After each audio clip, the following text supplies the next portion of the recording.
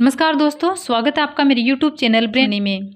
दोस्तों, आज की इस वीडियो में हम आपको बताएंगे पीपल पूजा से जुड़ी कुछ ज़रूरी बातें जो शायद आपको पता नहीं होंगी और आप जानना चाहते होंगे। जैसे कि पीपल में जल सूर्योदय से पहले देना चाहिए या सूर्योदय के बाद में। पीपल में दीपदान किया जाता है, वो क्या सूर्यास्त से पहले करें या बाद में।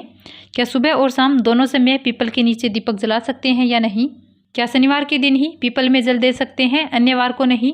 क्या पीपल में जल देने या दीपदान करने के बाद पीपल की परिक्रमा करना ज़रूरी है या नहीं। अगर ज़रूरी है तो कितनी परिक्रमा करें।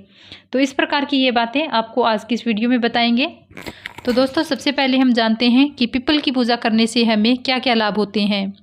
पीपल एक ऐसा पौधा है जिसकी पूजा से बहुत चमत्कारी और बहुत ही शीघ्र लाभ माना गया है।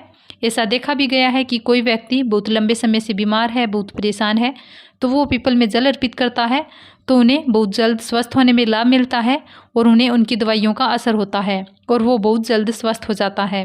आप आर्थिक रूप से परेशान हैं, आप शारीरिक रूप से परेशान हैं, मानसिक रूप से आप बहुत अधिक परेशान हैं, तनाव में रहते हैं, चिंता में रहते हैं, कर्ज में डूबे हुए हो, यानी कि आपको किसी भी प्रकार की परेशानी हो, तो अगर आप पीपल की पूजा करते हैं, पीपल में जल देते हैं, दीपदान करते हैं, पीपल की परिक्रमा करते हैं, तो आपके जीवन की समस्त समस्याएं बहुत शीघ्र दूर होती हैं।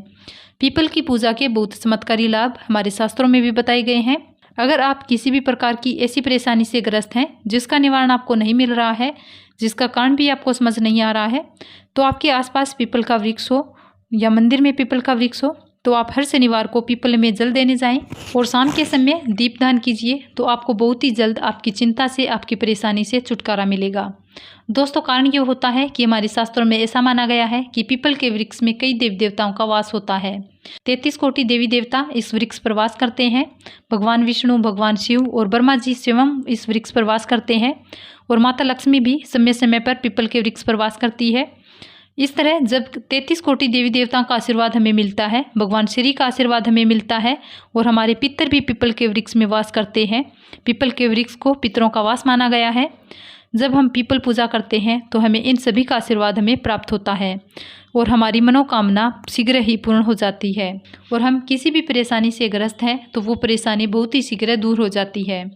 इसलिए पीपल की पूजा बहुत ही चमत्कारी, बहुत ही लाभकारी मानी जाती है। तो आप भी पीपल की पूजा कीजिए, आपको भी शीघ्र लाभ प्राप्त होगा। कुछ लोग ये जानना चाहते हैं कि कितने शनिवार पीपल की पूजा करने से लाभ प्राप्त होता है। तो आपको कम से कम 7 शनिवार तो पीपल की पूजा अवश्य करनी चाहिए।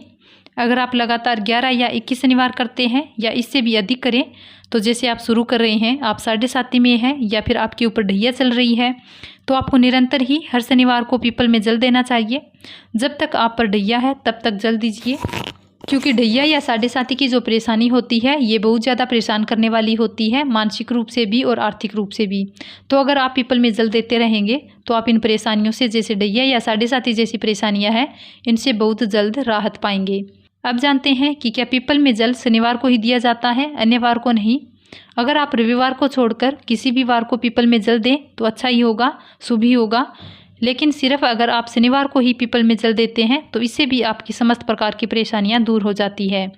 शनिवार एक विशेष दिन है और स्वयं शनिदेव कहते हैं कि शनिवार के दिन जो व्यक्ति पीपल में जल अर्पित करेगा तो उसे शनि से जुड़ी किसी भी प्रकार की परेशानी है तो मैं उसे समस्त परेशानियों से मुक्त कर दूंगा। और शनि से जुड़ी कोई भी परेशानी आपको है और जो भी शनि देव की पीड़ा से जूझ रहे हैं, तो वो शनि देव के खराब फल या अगर शनि देव आप पर किसी भी प्रकार से प्रभाव डालते हैं तो उससे आपके जीवन में आर्थिक, शारीरिक, मानसिक तमाम तरह की परेशानियां आपके जीवन में आती है। तो इसलिए शनि देव के प्रकोप या खराब फल से बचने के लिए आपको शनिवार को पीपल में जल अर्पित करना चाहिए सुबह के समय और शाम के समय में दीपदान करना चाहिए। और ऐसा करने से आपको पितरों से भी सहायता मिलेगी। और शनिवार के दिन पीपल के वृक्ष में माँ लक्ष्मी का भी वास माना गया है, तो इस प्रकार आपको माँ लक्ष्मी का भी आशीर्वाद प्राप्त हो जाता है शनिवार को पीपल में जल अर्पित करने से। रविवार को छोड़कर सोमवार, मंगलवार, बुधवार, अन्य वार को भी आप पीपल में जल अर्पित कर सकते हैं, लेकिन सबसे ज़्यादा शनिवार के दिन ही जल देना, पीपल पूजा करना शुभ माना गया है। इससे शनिदेव का आशीर्वाद प्राप्त होता है, पितरों का आशीर्वाद प्राप्त होता है, श्री हरि के साथ माँ लक्ष्मी का शीतलवास का आशीर्वाद भी आपको मिलता है। अब जानते हैं कि पीपल में जल सूर्योदय के बाद में दें या पहले दें। तो माना गया है कि पीपल में जल सूर्योदय से पहले देना चाहिए, मतलब सूर्य निकलने से पहले हमें पीपल में जल दे देना चाहिए। कुछ लोगों का कहना होता है कि प्रातःकाल में जल देना चाहिए। जी हाँ, प्रातःकाल मतलब होता है सूर्योदय से पहले, यानी कि बहुत ज़्यादा अंधेरा ना हो। जैसे 3:30 बजे ब्रह्म मुहूर्त में आपको जल नहीं देना है। बस कहने का मतलब ये है कि सूर्य निकलने से पहले आपको पीपल में जल देना है। इससे आपको बहुत ही शुभ फल की प्राप्ति होगी। शनिवार के दिन पीपल में जल देना ज़्यादा शुभ इसलिए भी माना जाता है क्योंकि शनिवार ऐसा दिन है, इस दिन पीपल में जल देने के बाद आप पीपल को स्पर्श करते हैं, उन्हें प्रणाम करते हैं तो बहुत अधिक पुण्य फल की प्राप्ति होती है और शनिदेव की कृपा भी मिलती है और माँ लक्ष्मी का भी आशीर्वाद आपको मिलता है। अब जानते हैं कि पीपल की कितनी परिक्रमा करें। आप पीपल की 4 परिक्रमा कर सकते हैं, आप 7 परिक्रमा कर सकते हैं, 11, 21 या 108 भी कर सकते हैं।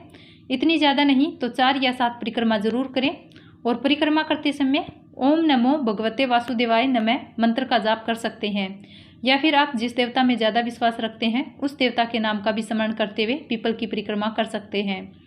पीपल में दीपक कब जलाएं, सूर्यास्त से पहले या सूर्यास्त के बाद? तो इसका एक विशेष समय होता है जो सूर्यास्त से पहले और बाद का समय होता है, उसे गोधूली वेला का समय कहते हैं और वो समय सूर्य के डूबने का समय होता है, कहीं सूर्य डूब रहा होता है। उस समय में आपको जाकर पीपल के नीचे दिया जलाना चाहिए। मतलब गोधूली वेला का समय ना तो रात्रि का समय होता है और ना ही दिन का समय होता है। उस विशेष समय में आप दीपदान करते हैं तो बहुत ही श्रेष्ठ होगा। और अगर आप रात्रि के 8 बजे से पहले पीपल के नीचे दीपदान करते हैं तो वो भी श्रेष्ठ होता है। पीपल के नीचे सुबह शाम दोनों समय में भी आप दीपक जला सकते हैं। सुबह जब आप परिक्रमा करते हैं तो सरसों का तेल का दीपक जला सकते हैं और शाम के समय में भी आप सरसों के तेल का दीपक जला सकते हैं। शनिवार के दिन सरसों के तेल का दीपक जलाने से आपको शनि जनी जो परेशानी होती है वो आपकी दूर होती है। अब जानते हैं कि पीपल की परिक्रमा करना क्या जरूरी है। अगर जरूरी है तो कितनी परिक्रमा करें। जी हाँ, परिक्रमा करना जरूरी होता है। परिक्रमा करने से दुख दर्द तकलीफें दूर होती है। पीपल की परिक्रमा करने से आपकी सारी परेशानियां दूर हो जाती है। आप जिस परेशानी दुख दर्द तकलीफ से गुजर रहे हैं उसका स्मरण करते हुए पीपल की परिक्रमा करते हैं तो बहुत जल्द आपको आपकी परेशानी दुख दर्द तकलीफ से राहत मिलती है। और इस समय आप भगवान विष्णु का भी जाप करते हैं तो भी बहुत श्रेष्ठ होता है। और अगर आप शनि की ढैया 7.5 शनि गोचर से जूझ रहे हैं तो आप परिक्रमा करते समय शनि के मंत्र का जाप करें और आपके पास समय हो तो आप पीपल के वृक्ष के नीचे बैठकर विसाधना या मंत्रों का जाप करते हैं तो भी फल अवश्य प्राप्त होता है। साथ में मानसिक शांति भी मिलती है। और आप किसी ऐसे तनाव से परेशानी से जूझ रहे हैं, आप किसी को बता नहीं सकते हैं, आप उस परेशानी तकलीफ या तनाव से अंदर ही अंदर घुट रहे हैं तो पीपल के वृक्ष के नीचे बैठकर ओम नमः शिवाय मंत्र का जाप करें। जितना आपके पास समय हो उतनी देर करें, आपको शीघ्र ही फल अवश्य प्राप्त होगा।